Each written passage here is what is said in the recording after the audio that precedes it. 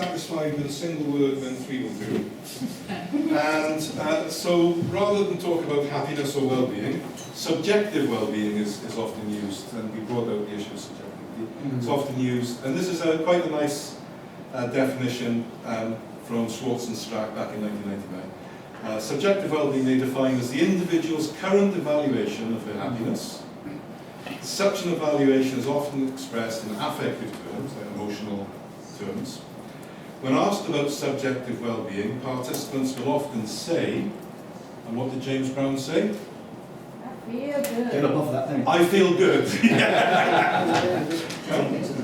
So it's a global kind of, how do you, it's some global evaluation of our psychological well. How do you feel? I feel good. It's interesting how different cultures treat the question, well, how are you? How are you doing? How are you today? And social norms about, if you say, well, actually, I've got a bit of a problem with, I've got a rash, actually, it's not socially acceptable. But we really think about how do we feel about how we're doing in daily life. And so they say subjective well-being is thus, at least in part, a proxy for a global affective evaluation. So an overall view of how are we doing emotionally, psychologically, in terms of well-being. We can look at these things, but it's also good to pull them apart and tease them apart a bit. So a sort of common sense idea about subjective well-being might be a spectrum from happy at one end to sad at the other, and we might move along there. Intuitive kind of sense, most people's idea that that's a sensible continuum. How happy, how sad are you today? How long do those states last? There's a lot of things going on, isn't there? So you might have, for instance, some people seem to be moody, they get in a mood. And they might be in a certain kind of, say a melancholic mood or something like that. You ever a melancholic mood? And that can last quite a period of time, and it can go a variety of different ways. Whereas if somebody tells you a joke that you find amusing, that might last a few seconds. If you're still laughing at the same joke 25 minutes later, somebody's going to call for professional help. If you experience bereavement, what's an appropriate period of time to be sad about bereavement? I know some HR departments, even some diagnostic systems for mental health say 2 weeks. What? Crazy. Wow. 2 weeks. I had 2 years. 2 weeks. Yeah. What's 20 years? All the rest of your life?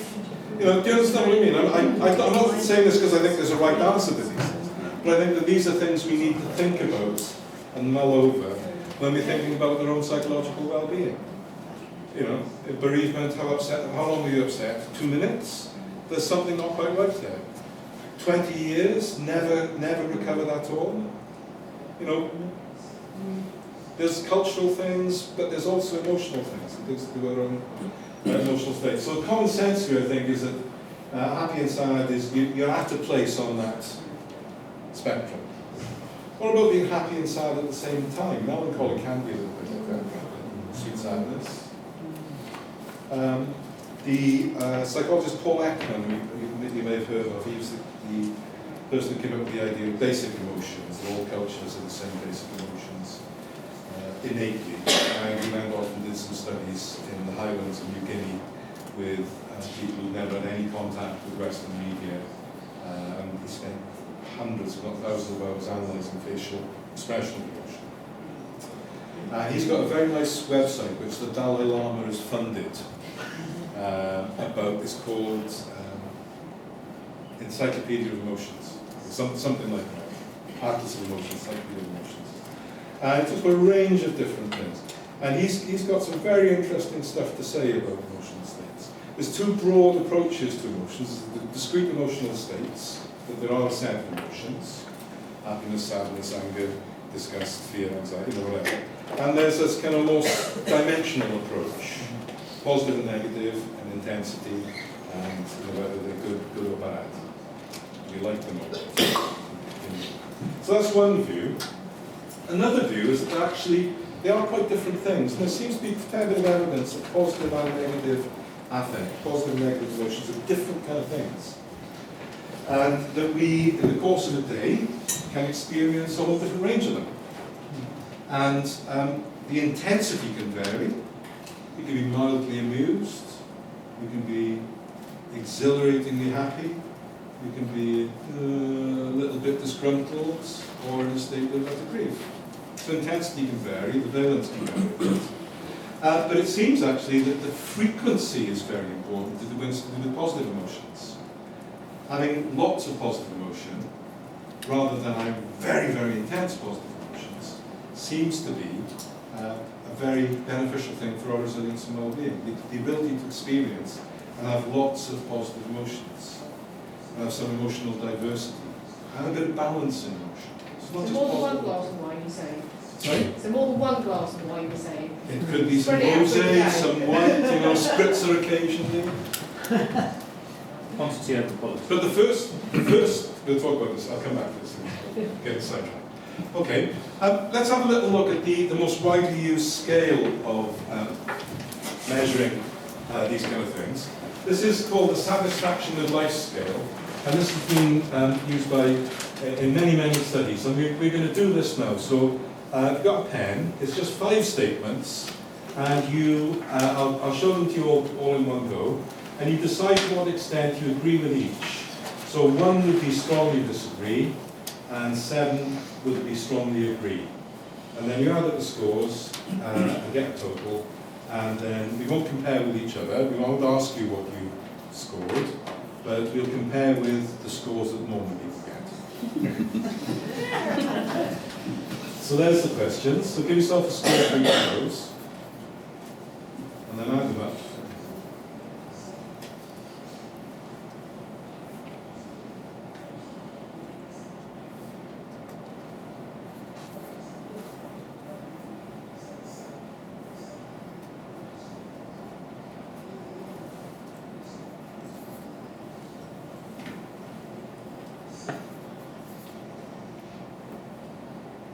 You can, of course, use a calculator on your phone, but you don't need to.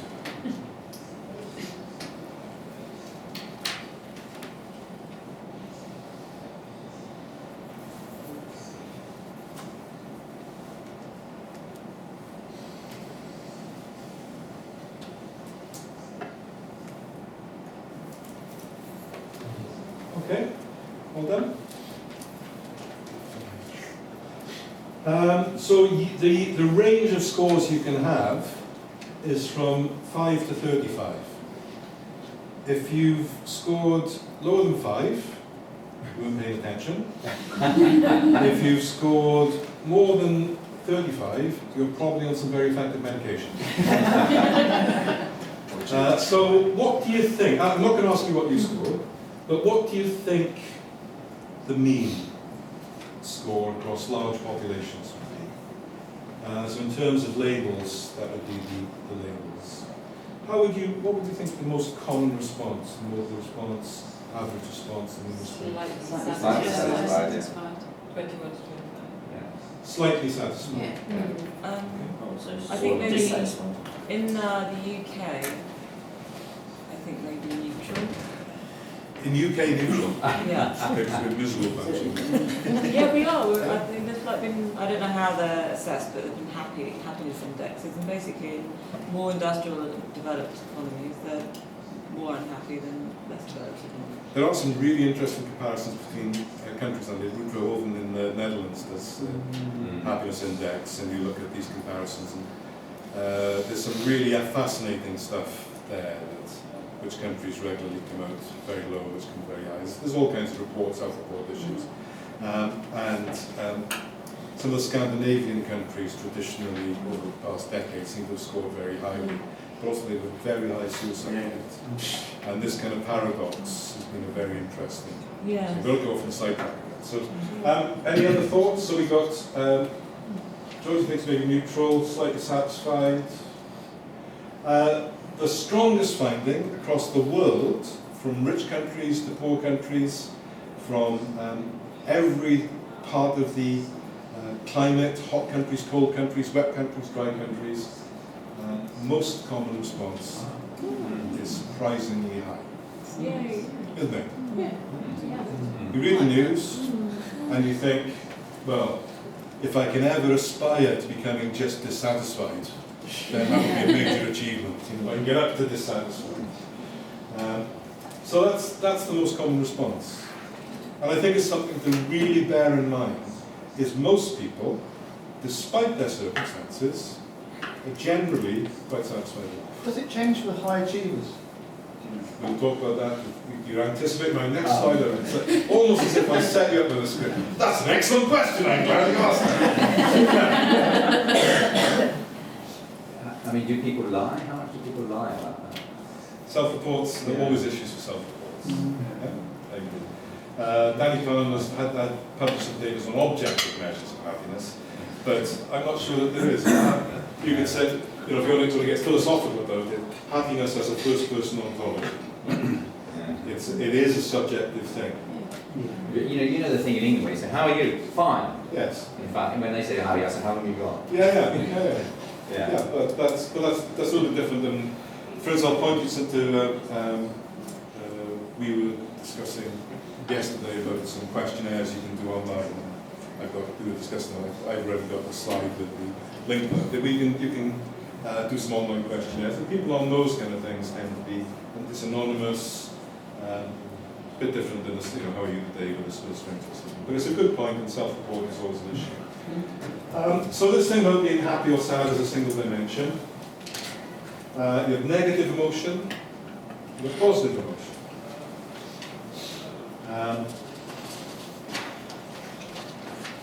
The philosopher Jeremy Bentham, if you want to see Jeremy Bentham, do you know you can go and see Jeremy Bentham? University College London. Yeah, he's pickled, stuffed in a glass case in the foyer. He talked about happiness and well-being as the sum of pleasures and pains. You kind of weigh it out, some kind of balance. That's one way of thinking about it. But life satisfaction, I think, is a different kind of thing. Those contribute to life satisfaction, how much happiness and how much sadness you have in life, some of the balance between those. There's got to be some kind of, if it's all sadness and no happiness, when you said it's not happiness, I'm pretty confident you mean happiness certainly has no place in psychological well-being. You know, it's not just that. Yes. You know, to say that I'm psychologically in a very, very high state of well-being, I have no happiness in my life, doesn't ring true. But I think you're right, this is what we can get onto here. And there's lots of other things apart from that, apart from how happy and how sad our emotional state factor into how satisfied we are. So the broad distinction I want to make, which goes back to ancient Greek philosophy and maintains through 21st century psychology, is there are two big things we need to distinguish from each other. And sometimes in the psychological literature they don't, they mix them up a bit. And there's a happy life and the meaningful life. So the ancient Greeks talked about hedonia, hedonics, hedonism, search for pleasure, positive emotion, experiences that give us pleasure and positive emotion. So enjoying the pleasures of life, experiencing positive emotional states. That's an important part of psychological well-being. But another important part of psychological well-being is what the ancient Greek philosophers called eudaimonia, which is being in good spirits, actually translates a sense of meaning, a sense of personal values, what matters to us, some kind of sense of achievement, of doing things that are congruent with what we value, what we want in a deep way. Okay, so that's a distinction to bear in mind. And I want to spend the rest of this session looking at those two different things and picking them apart a little bit. So first, the positive emotion bit. And for a lot of people, positive emotion and happiness is getting what we want. Any Smiths fans? What was it Morrison used to sing? Please, please, please let me get what I want. Thank you. Yeah? Getting what we want. And for a lot of people, the universal door to getting what we want is getting more money. Would you like more money? Yes. Thank you. Me too. If you were to draw a graph, some of you will know that what this looks like already, between the relationship between people's self-reported happiness in life and how much money they've got, what shape would the graph be? If you say, well, actually, it's all innate depending on your personality, you'd have a straight line going across. If you thought, well, the more money you get, the more worried you are, paranoid people are going to steal it, it would go down. If you think it's good up to a certain point, but past that, you've got to worry about your investment. What shape? Draw a little graph, what shape do you think it would be? You can think of lots of different rationales, reasonable arguments, but we've got some empirical evidence in this. So what shape would it be? Your bell curves? Bell curve, so more to a certain point, but then you can have too much money? Yeah. Well, the money So I just say, if anyone feels that they're in that realm, I'll give you my business card and some camp details, and I'll help you solve that problem. I had a work colleague actually a few years ago, absolutely true story, who had inherited.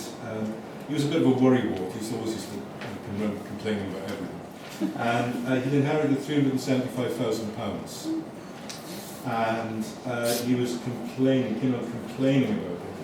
Because he was adopted, and his adopted parents had left it to him. They hadn't organised the tax situation in an optimum manner, and had they done that, it would have been more like 430. How selfish were they? So he'd lost, this vast amount of money, and then how stressful it was. Because you can invest in property, but house prices were very high. The market, stocks and shares, it was such a stress. He'd inherited £375,000, and he was whinging something wrong. I offered to unburden him from this stress. And he thought I was mocking him and ridiculing him. And he was right. And I saw him a couple of years later. I've used that in these kind of talks many times. I saw him a couple of years later and said, say his name, but I said, when you were saying we inherited that money and you were saying how stressful it was, I've used that talking about psychological well-being and happiness and the interpretation of different things. And he immediately went back into that kind of bitter state. Yes, they were so selfish not sorting that out. It was a very stressful time. He was immediately back into it. So you think it might be a kind of normal distribution? I think so, yeah. Logarithmic. Logarithmic. And what kind of shape? So that increases initially and then tails off. Yeah. It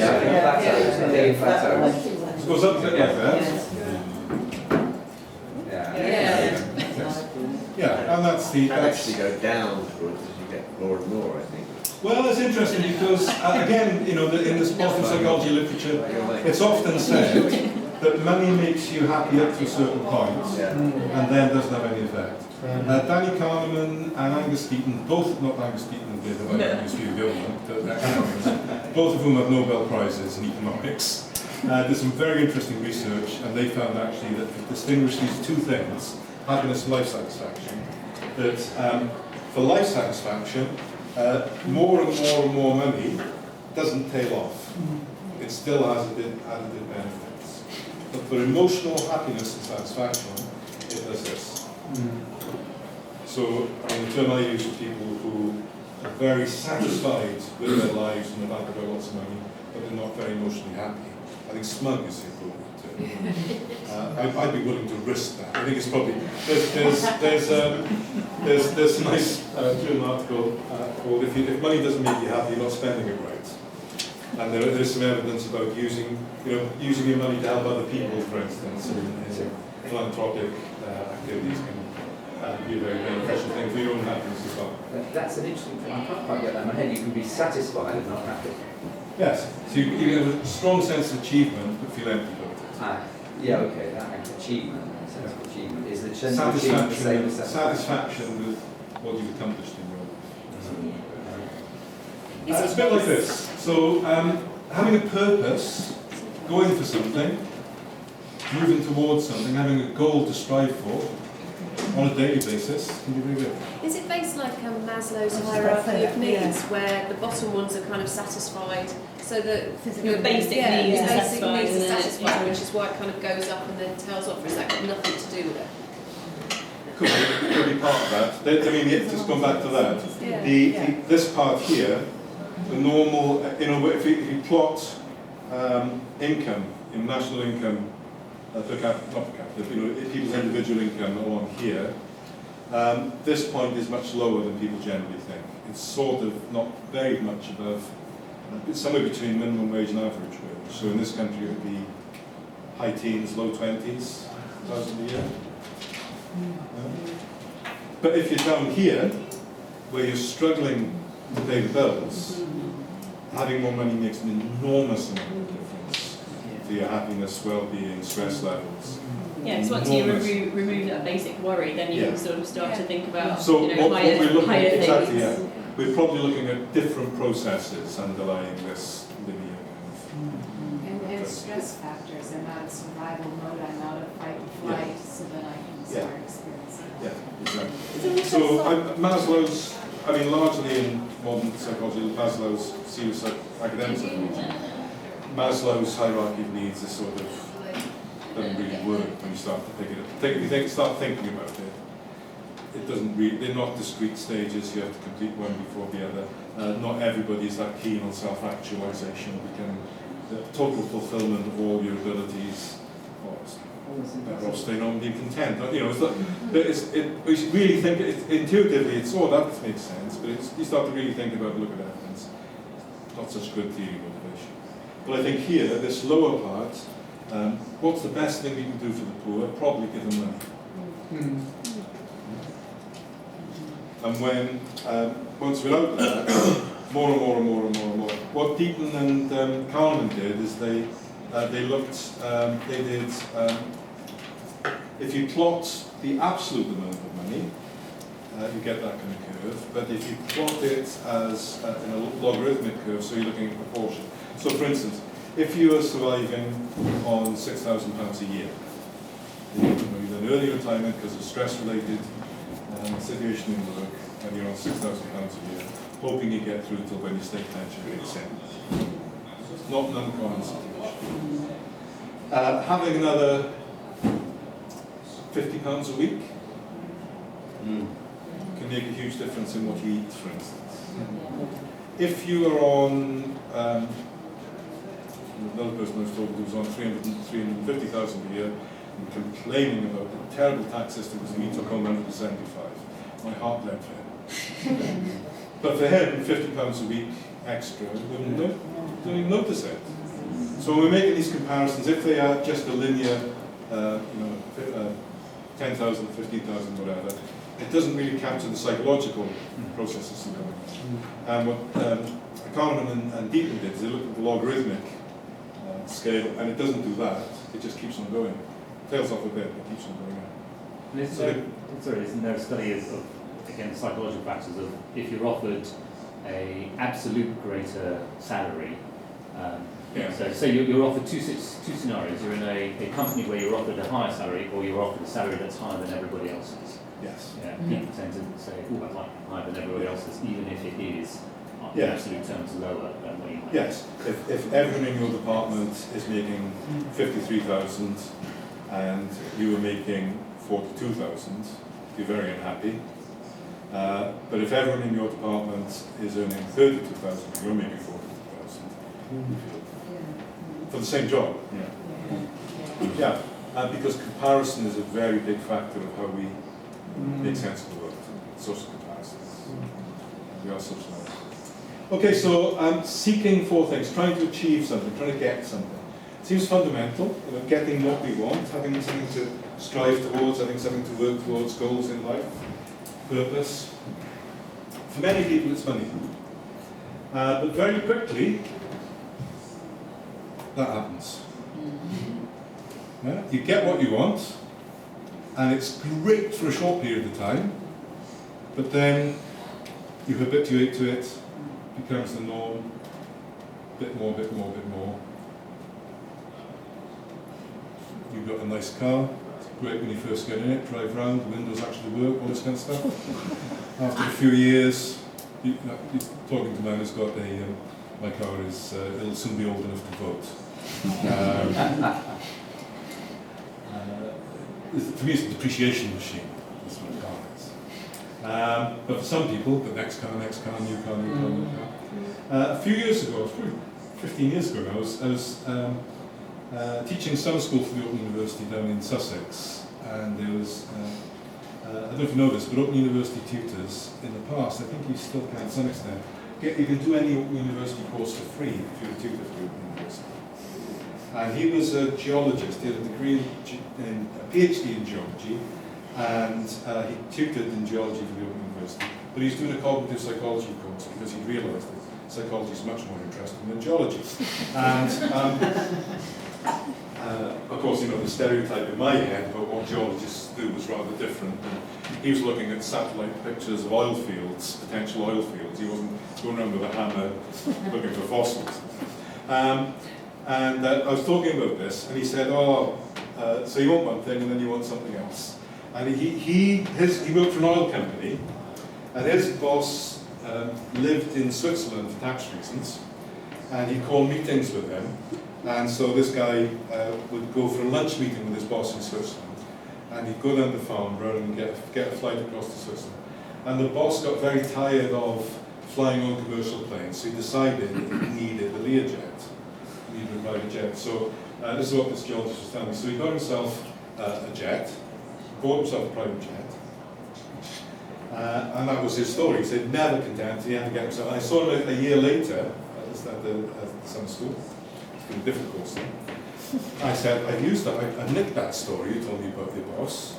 And he said, yeah, well the thing is, that Learjet, I think it was Lear or whatever the other one was, Gulfstream or whatever, but he said, yeah, he got the 8-seater one, and he realised that the stitching on the Italian leather is not quite as good. And also the range, you can't do transatlantic flights on it. And suddenly it started to look a bit shabby to him. And so he wished he got the next one. And he got the next one.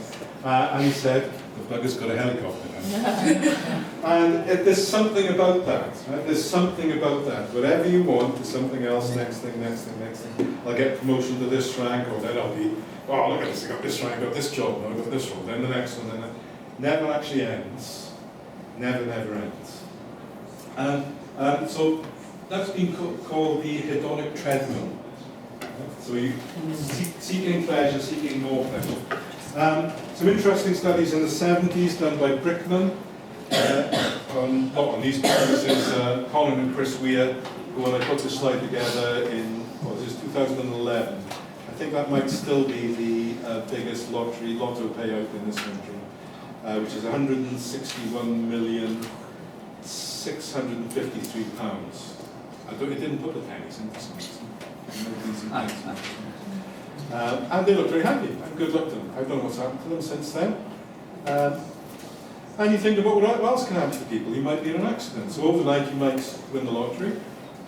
Overnight you might be in an accident and find yourself in a wheelchair. If I were to give you the choice, which of those two options would you choose? Which do you think would make you the biggest difference to your happiness? It's not a difficult question. The evidence that Brickman found was quite surprising. So it's on a 5-point scale. So the red bars are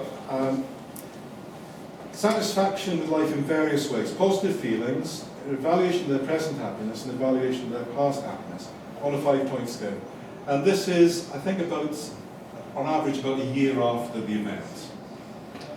And you see, in terms of positive feelings, current positive feelings, a little bit of difference, but not statistically significant, between people who've been in a catastrophic accident and people who won the lottery.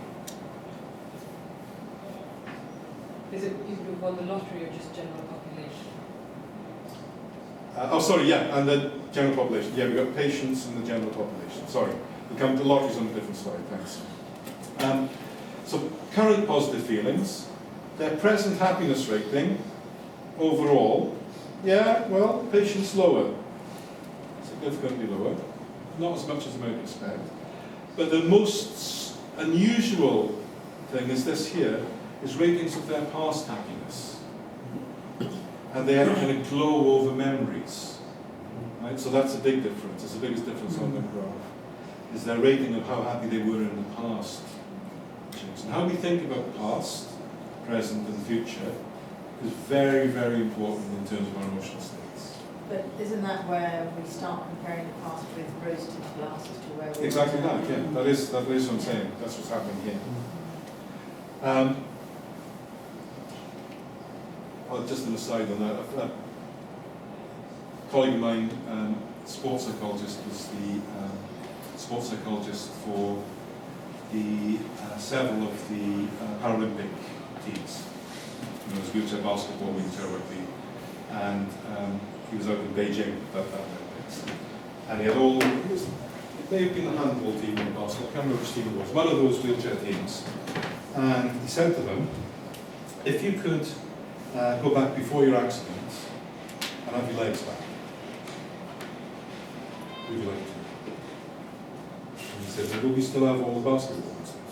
I said, no, we'll just have your legs back. What percentage do you think chose one way or the other? So the majority stick with what they've got. Yeah. Every single one of them, so let's take what I've got this new life now, it's taken me around the world. I got the best group of colleagues and teammates I could possibly want for. I've got a sense of purpose and camaraderie now, and I've got a sense of achievement, and I'm fitter than I've ever been, even though my legs don't go. You know, it's like real. I thought at first it was actually, that's a kind of tough question to ask people. Is that a bit like going back to the salary thing there? Because in their sense, they are now Olympic winners, Olympic competitors, whereas before they weren't. I think there's a couple of PhD studies to try and work out what's going on there. That's certainly a plausible account, isn't it? It could be that. That sounds really sad, that they couldn't have found those things before, that they had to go through that to find their meaning of life. There could be all kinds of things going on, couldn't there? I mean, it's really interesting. It could be the kind of sour grapes thing, or sweet lemons, whatever it is, you know, these different phenomena. If I can't have it, I don't want it. And we do adapt, and we play all kinds of processes around to adapt and function well. Lottery winners. This is a small amount by current standards, but from 1978. These are lottery winners who've won between $50,000 and $1 million in the previous year. So a year later, they were marginally happier on average than the general population. I was listening to a podcast the other day with some a journalist had written a book. It's called something like the magical power of not giving out, not counting stuff. And he said all his life he wanted to write a best-selling book, and he thought, you know, he's working hard at that. He's working as a journalist as well. And he had this idea. He started writing this book. And he thought, well, if my life goes, I'll have some minor successes, and then one day I'll have a bestseller. And he planned his life out the next 20, 30 years as a writer doing this. And he wrote this first book, and it sold something like 3 million copies or something. And suddenly, he had more money than he knew what to do with. And his goal, his dream, he got it. And so the worst thing that can happen to you is you achieve your dream. Someone thought yesterday we're getting to the top of a mountain and there's nothing there. Yes, and now what? Yeah, you know, so what do I do? Come up here on this mountain, it's a bit cold, isn't it? You know, what do I do up here? It's very interesting. Anyway, getting what we want, this is sometimes called the hedonic treadmill. When I get this, I'll be happy. Just take a couple of minutes and in your groups, has that happened to you in anything? You think, when I get